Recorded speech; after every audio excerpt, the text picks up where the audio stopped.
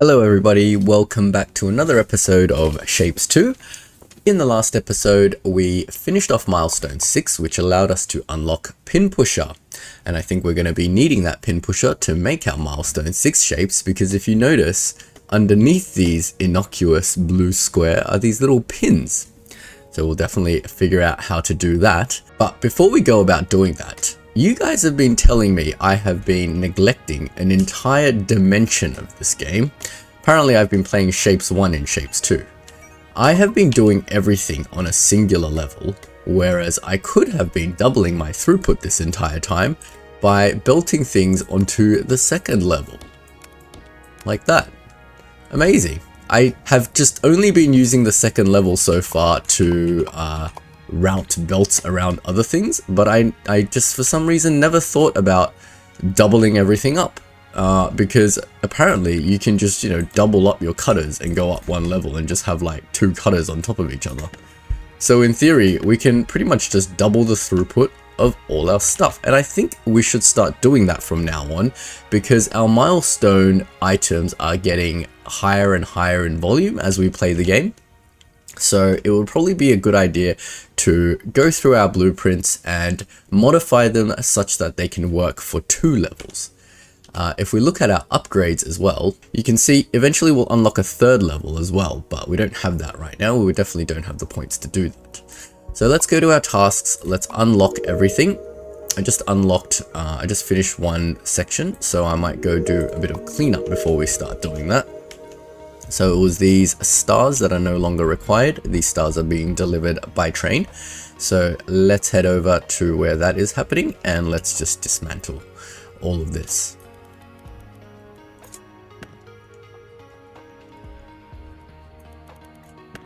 Excellent. We've got plenty of research points. We've got an operator level as well. Operator levels are gained by continuing to deliver existing milestone shapes, and it tells you how you're doing in terms of worldwide progression. We're apparently falling further and further behind at 41%. It's kind of hard to keep up because unfortunately I only get to play a couple of hours a day to release these episodes, but that's fine.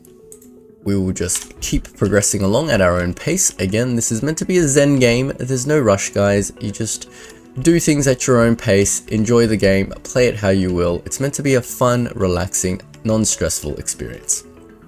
All right, with that being said, how should we go about doing this? I think we should probably restructure our factory that makes Milestone 1's shape.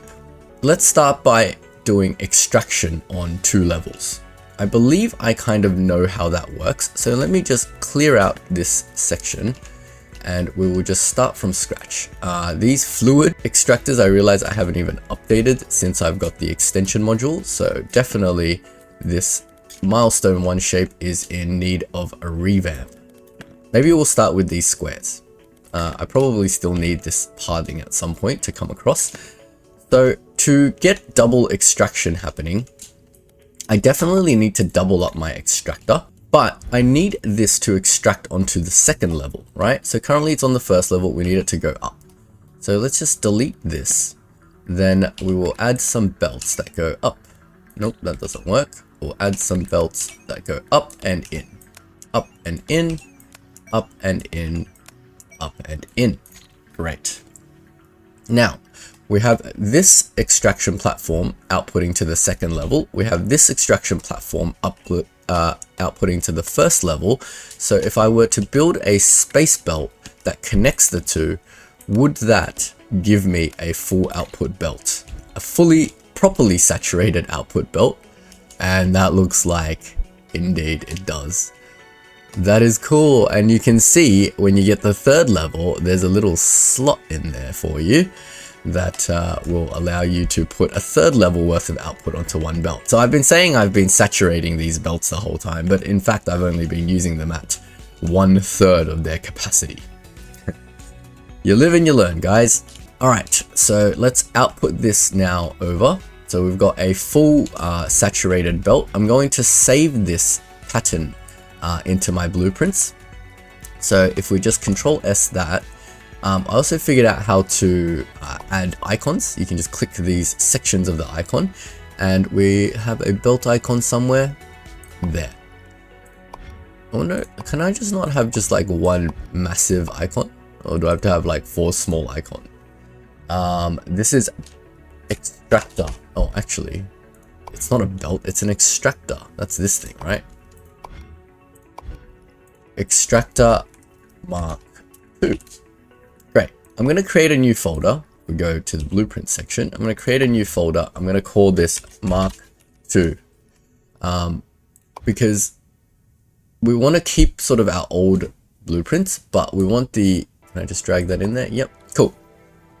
We want to have like Mark II versions of our blueprints because that will indicate that they are working on 2 levels. Eventually we're going to have Mark III as well, but since we haven't unlocked the 3rd level, I'm not going to build for that. I will build in a way that future-proofs for Mark III eventually. But for now, we've got our squares coming out on 2 levels. We need to paint those squares blue. So let's go ahead and get blue out. So fluid, I assume I'm going to have to do something similar.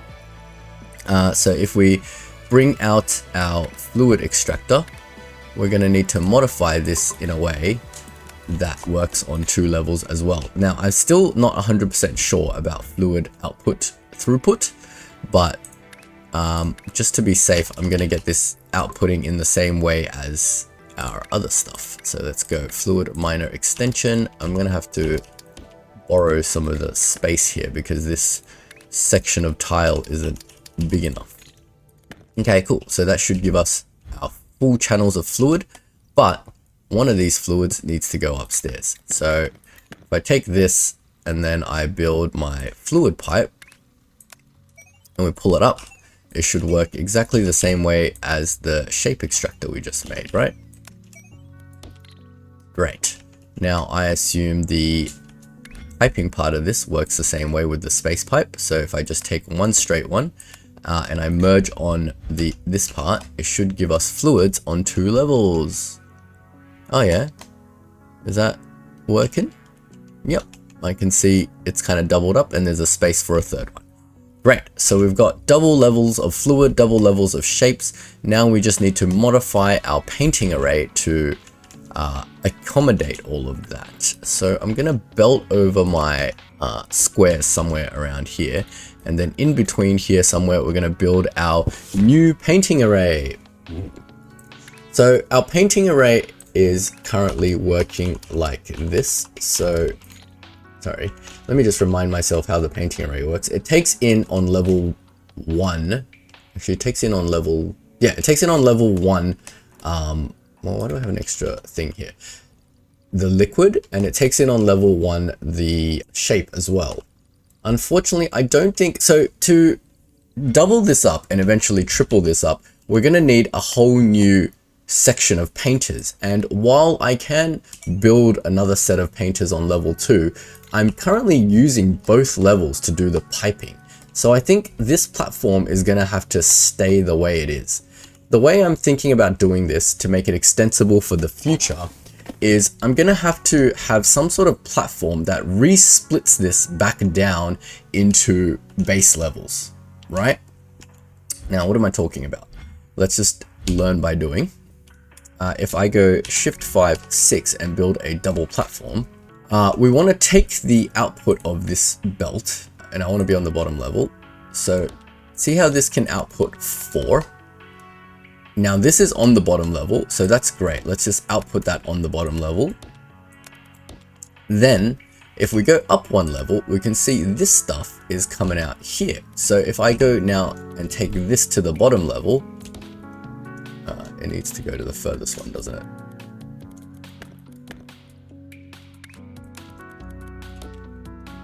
We can flatten this again, right?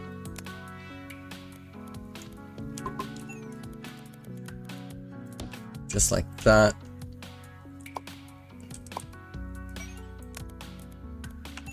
Sorry if I'm a bit slow, guys, when I'm working on multiple levels. I'm not too familiar with these controls yet, but I will get there, I promise. Alright, so you can see now that we're taking our 2-way output belt and we're outputting it back onto flat ground. Now, why do I need to do that? Because I need to now pipe this into a painting array, and then I need to pipe this into a separate painting array because I'm going to need multiple of these. So this side, we're getting, let me just delete the painting array. This side, we're going to need to do something similar with the shapes. So if I now copy the, oh, I can't copy because I have to just build it from scratch because they use different things. A painter and a belt aren't the same thing. So we've got this at the bottom level, and then on the, wait, let me just pipe the bottom level through so I don't confuse myself. So the bottom level can just go. Then if we go up and pipe the top level and flatten it back down, we can create this platform thing that converts a fully saturated multi-level belt back into two separate single level belts. Great, so I've got this shape here. And if this is completely unnecessary or I'm doing it wrong, please let me know again in the comments, because your comments have been so helpful in terms of learning this game. I don't know how long it would have taken me to figure this out if it wasn't for you guys, so thank you. Now that I have this and I have this, I'm just gonna, oh, I'm not gonna bring them closer yet. Or maybe I will bring them closer. Now, how do I cleanly turn this into a two-way thing that can be extended into 3 later on? I think I won't worry about extending it, but I have a little idea in my head of how I want to do at least the Mark II version of this, and maybe we'll just build the Mark III when the time comes.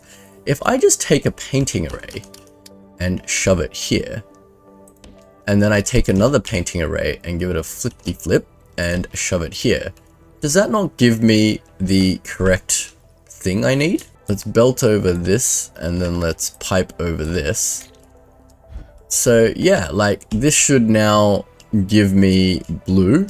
The blue comes in, the two from the top and the bottom get flattened onto one level, and then they just work in our standard Mark I painting array. Right? So we're leveraging and reusing the build that we made from Mark I to make Mark II, and the same thing should happen here. And then we're getting blue squares and we're getting blue squares, but we need to merge these somehow together to be on one belt. So this can be the bottom belt, and one of these needs to be the bottom belt, one of these needs to be the top belt, right? So that means I just need to elevate one of these.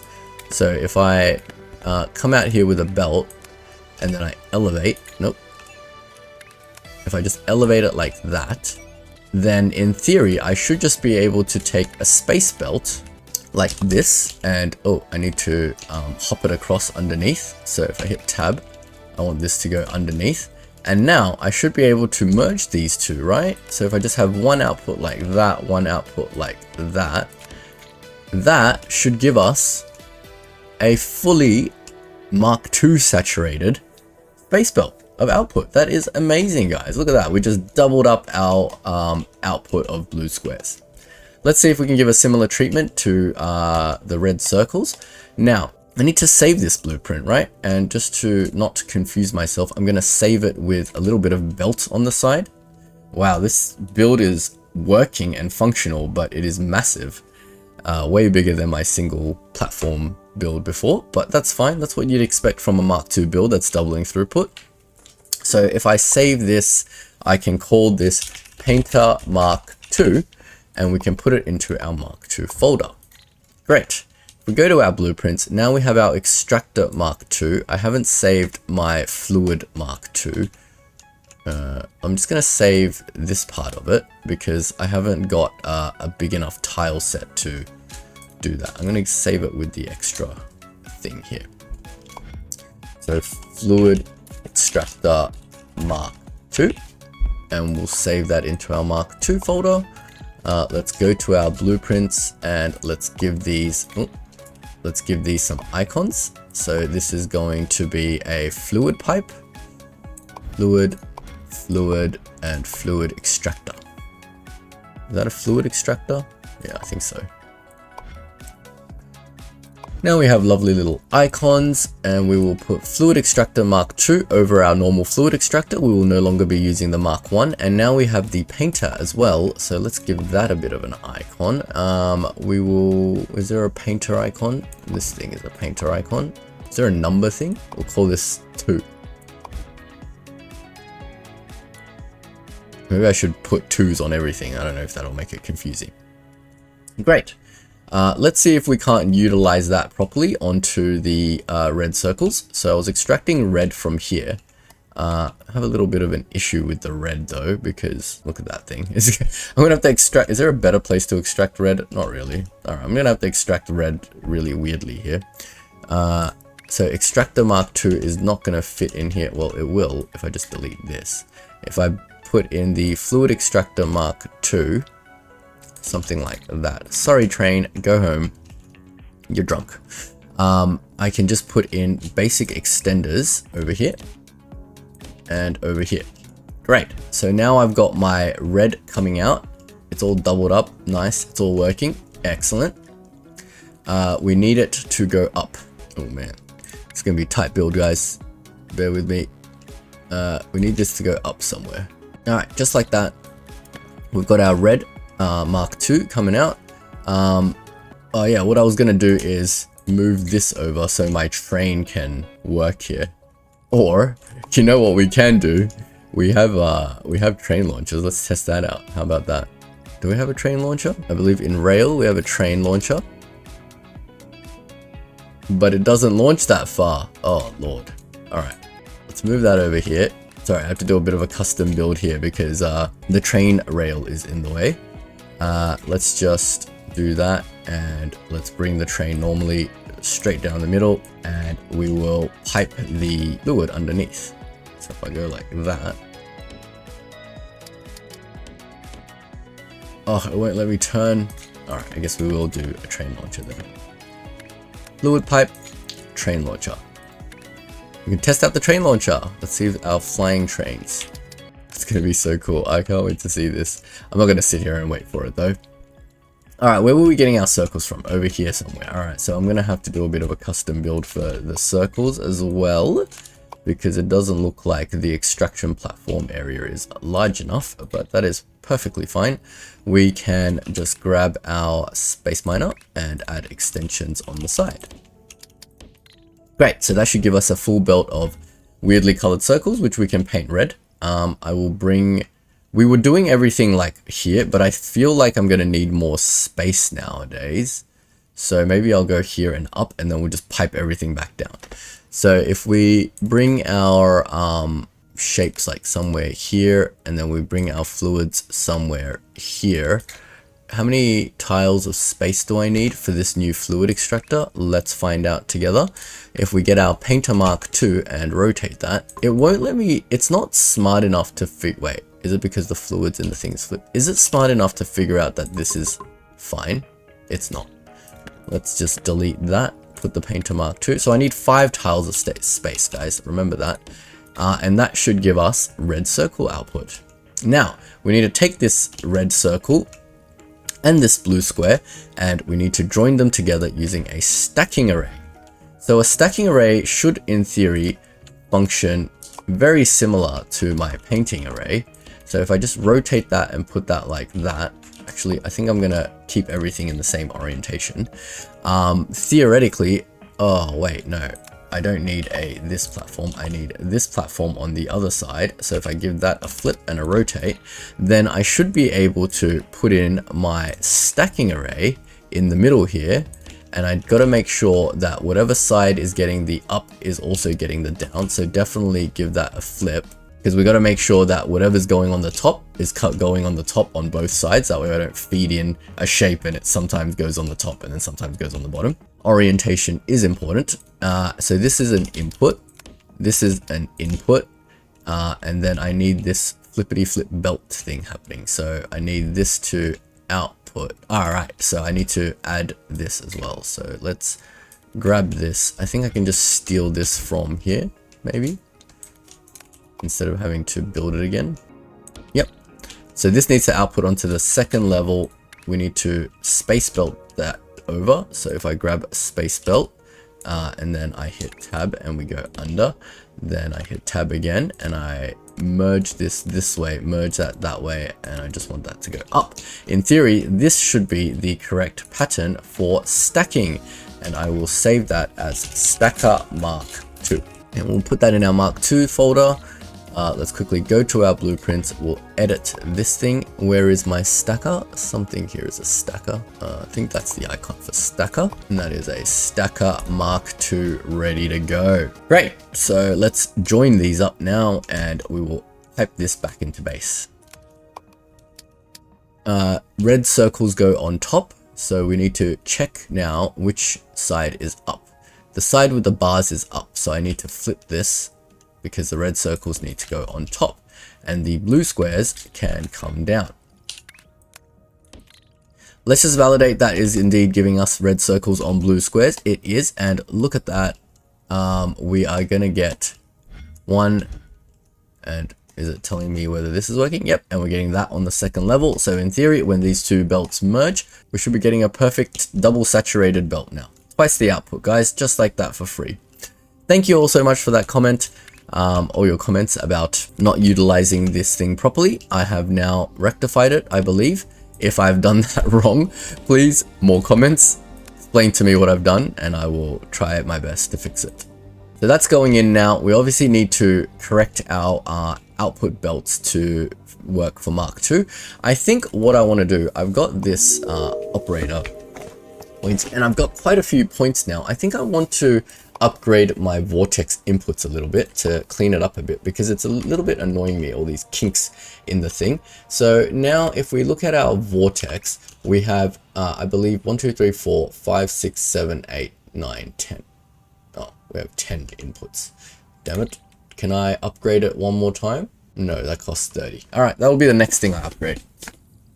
That's fine. We'll leave it as it is for now. In theory, if I just copy that and then I raise it one level, oh wait, we'll copy it from the input. Will that easily just work on the second level? Yes, I can copy from the lower level to the higher level, so I don't have to do everything from scratch.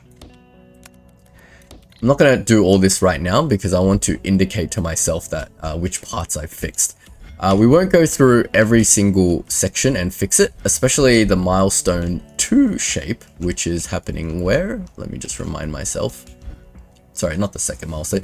The milestone 5 shape, which was happening over here, these checkerboard ninja stars. The reason for that is because you guys have suggested, instead of building this craziness, we can actually use our cutter and our swapper to build the checkerboard a lot more efficiently. I don't know how to do that yet, but I will certainly figure out when I unlock the cutter and the swapper. But that does take a lot of points and I want to do vortex inputs first. So we'll leave that for another episode. But for now, we have figured out how to stack, paint, and extract on 2 levels now. Excellent. That should increase the speed at which we get through our tasks, which is very handy because if you look at our tasks, the numbers are getting quite high. Let's take our operator points. Is that 18? It's not enough. I want to work on my milestones next. We can work on these pin pushers. Yay. I'm just gonna take some time to figure out where best to do this milestone and I will be right back. Alright, I'm back and I found a good area I think I want to do this at. I can see blue square here, I can see a green semicircle here, and there's a half star right here. So over here we can do our milestone 7 factory. Remember, your milestone factories are permanent, so you want to take care in designing these the best that you can because they might stick around forever. Alright, let's start with blue square. So if we just grab our new blueprints, we should be able to very easily extract this fluid like this. It's a bit in the way with the train line, but that's fine. I just want to save this blueprint now with the full extraction array. Fluid extractor Mark II. We'll chuck that into our Mark II folder and that will override our existing one. Great, we got blue fluids coming out. Let's pipe that over somewhere that makes sense. It's going to be with the squares, so it'll be something like, I just want to pipe it away from the train platform in case later we have to like extend these rails for whatever reason. I don't know if that's going to need to happen, but let's just keep this away from the rails as much as we can. I need to do my squares, so we'll just do that here, right? Then we can bring these together, leave a 5 tile gap, and we can use our brand new Mark II painting array. How exciting, look at that. All right, fluids, that should give us a fully saturated painted blue squares. Now, it's not so simple, guys, because look at that. There's like secret little pins underneath this square. We're gonna have to figure out how to use these pin pushers. So before we make any Mark II versions of stuff, let's just Shift 5 a platform and figure out how to make a Mark I version of this thing. So pin pusher, we're gonna have some sort of input, right? If we go to our pin pusher, it's just a singular object with one input, one output, and I guess it just pushes up the object. That is so simple. And with equal upgrades, it needs 3, but for now it needs 4. So I will build that here. And then I will build another row of them here. It's gonna take some input. This one's gonna take some input. Then it's gonna need to go out. This is gonna need to go out. This is gonna need to go out. And we should just be able to copy that over onto the other side. And if we give it a flip and a rotate, that is our pin pushing Mark I array. I'm not going to bother saving the Mark I. Do I want to save the Mark I? Let's just save the Mark I. We'll call this pin pusher. Yeah, we'll just save that in the Mark I folder. So how do we modify this design for Mark II? So you can imagine for Mark II and Mark III, we're going to have just the input belt occurring on a second layer. So in theory, we should just be able to copy this whole thing, go up one level and just paste it smack bang on top of itself. Is it that easy? Great. I think it is that easy. Let's validate our theory and see if that works. So if I just save this as pin pusher Mark II, we'll give it an icon. I'm not going to give my Mark I stuff icons. So over here, I finally found it, guys. That's the icon, pin pusher Mark II. Great. Let's put a 2 there. Let's save that. I don't even want to drag this onto my toolbar just because I don't even know if and I'm not sure if we're going to use this that often, but definitely for this we will just access it from the blueprint screen. So if we now just pipe this over to our pin pusher Mark II, that should in theory give us a double saturated belt of this shape. Great. We can now just set this off on the train to send back to our home, right? In theory, we should probably have outputted it the other way, but I'm not going to do that because I think eventually we're going to have to mix the shape that we make up here. So we'll just do a weird routing to get this back to a train area. Go here, we'll hit tab, tunnel under, and then we'll just build a train platform here. Now, this is going to be a little bit different with our train platform, guys, because now we have 2 saturated belts.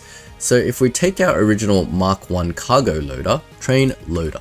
So we had some belt magic happening to sort this out, but is it just so simple now that I don't need this extra platform? I can just belt straight into here.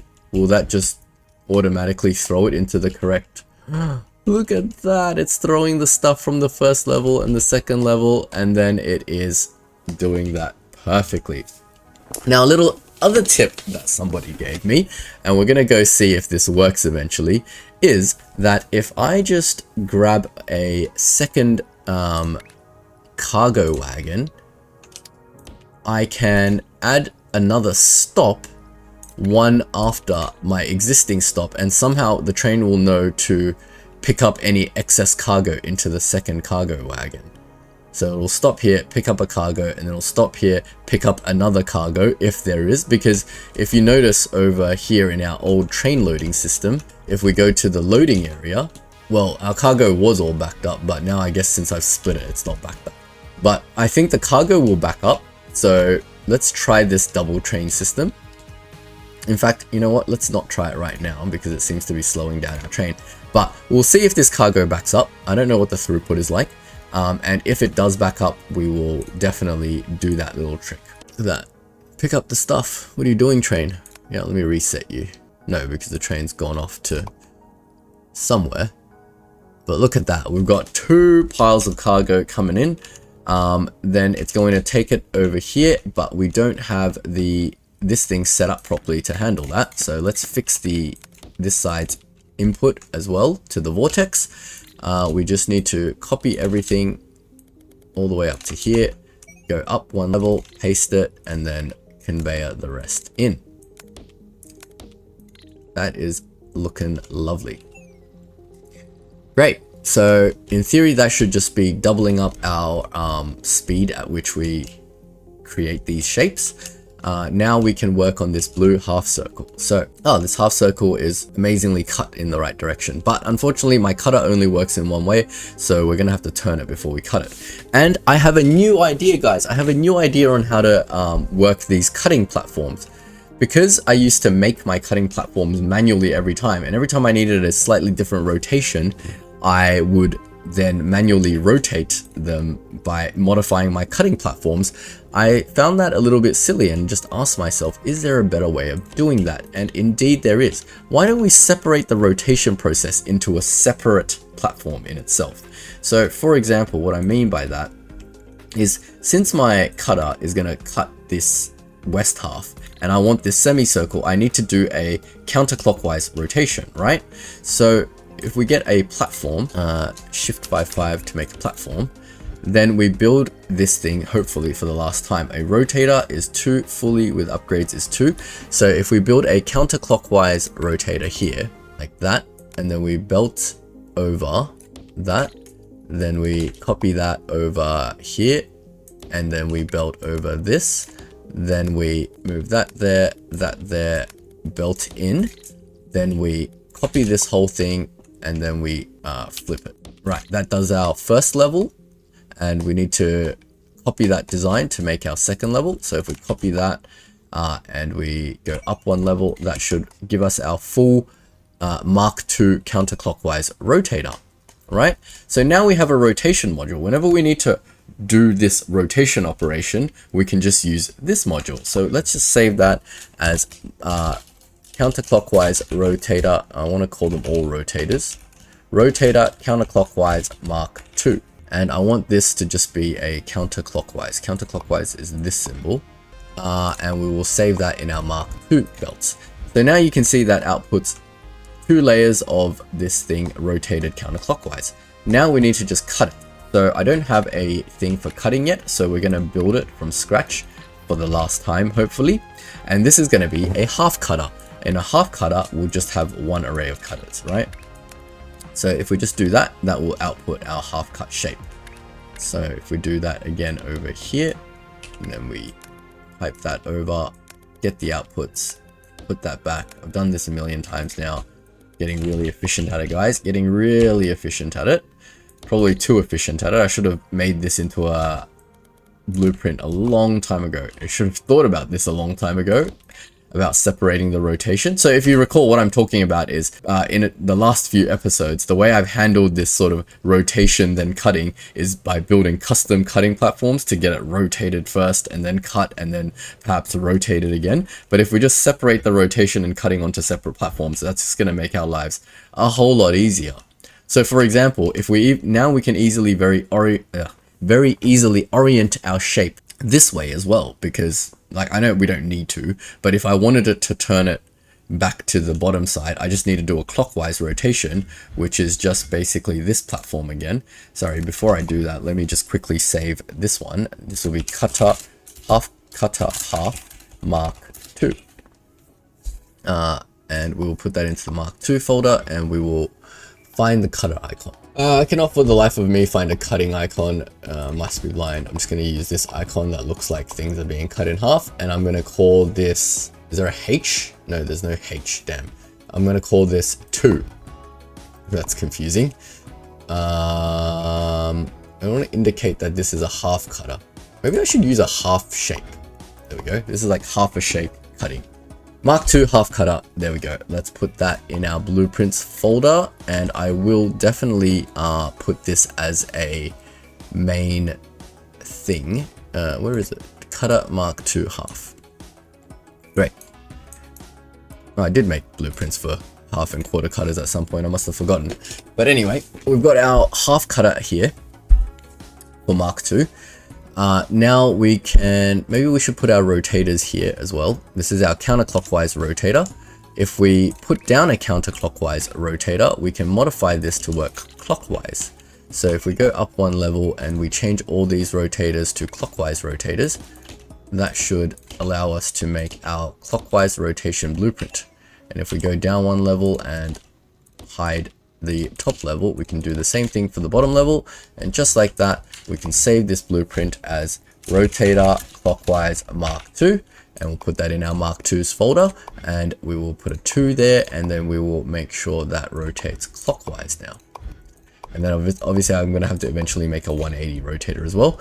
But back to my example, we can now take this clockwise rotator and connect it on, and bam, we have rotation. So easy, so much easier than actually modifying the stuff inside the platform. I don't know why I didn't do this a long time ago, guys. I'm not a very efficient engineer. Please take away my data engineering license and take away my operator license. I think I need to go back to the basic handbooks, guys. But no, we got there eventually. We figured it out. We've got our half thingy majig. Now we just need to paint that green. We have a green painter right here, along here. I want the output to be on that line. So let's get our fluid extractor. Didn't I save the new fluid extractor? I did not. Okay. Control C. Let's just. I thought I saved this as fluid extractor Mark II. Fluid extractor Mark II. I wanted to save it with all the extra bits so that I don't have to build it every single time.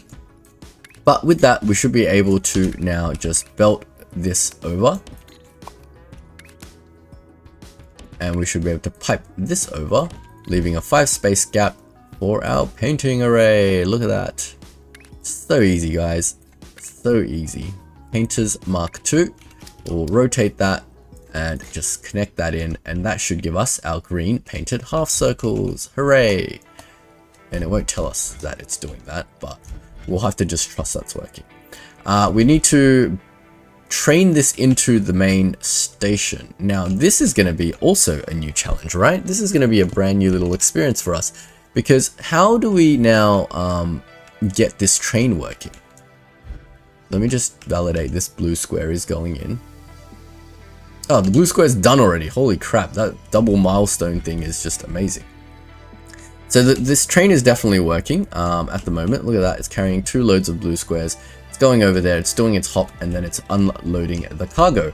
But the question is, how do I get a second train on here using the same rail network? I believe if we just go to our operators and claim some more research points, I'm gonna have to go to my upgrades. And I noticed down here, we have a bunch of different colored trains. And I think this is what's gonna allow you to put different trains on the same train line.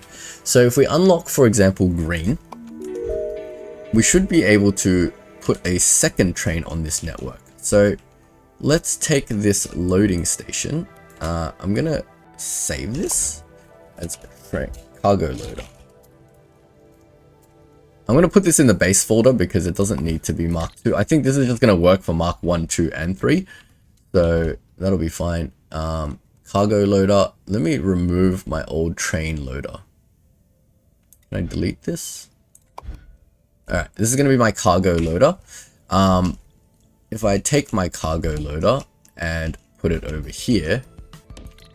Yeah, look at that. Look at that. Efficiency, guys. Efficiency. We can just pipe this over, but I want this train to be no longer red. I want this to be green. So how do I do that? If I go to locomotive, there we go. It gives us a green locomotive. So I can delete this train. I can put a green locomotive here instead. And now this train line is green. And if this works the way I have pictured in my head, I should just be able to tack this onto here, and that should create a green line. And look at that, it shares with the red line. Yay! But how do we unload all this stuff? Because isn't that going to then load the red and the green onto here and then try to unload it all? But that's just gonna back it all up, right? I think so. So we should really fix up our unloading station to handle multiple trains. At the moment 2 trains, but eventually 3 trains, right? Because each one of these sides can handle 3 inputs. So let's try and do that. I'm going to delete this. How do we create a platform that handles multiple trains such that it can unload properly? So if let me think, and this bloody thing is in the way. I think I'm going to need to do something about that one day, but that day is not today. Today, we're going to figure out how to unload this efficiently. So we need our rail to like do something like this. We need it to go this way and then maybe like this way. We need the rail to definitely split the trains up, right? So something like this. Oh, and then we have these rail routing signals that tell it red goes that way and green goes this way. Ah, cool. That splits them apart, right? Great. And now that they're split apart, I can probably unload this somehow with shape unloaders. So if we get a shape unloader now, and we don't need to do that platform switchy thing that we were doing before. I want to flip this so it unloads that way. We can unload one there and we can unload one there. Now we've got 2 separate unloaders. Great. Can I just cut this out and condense it a little bit? I don't need so much space in between, right?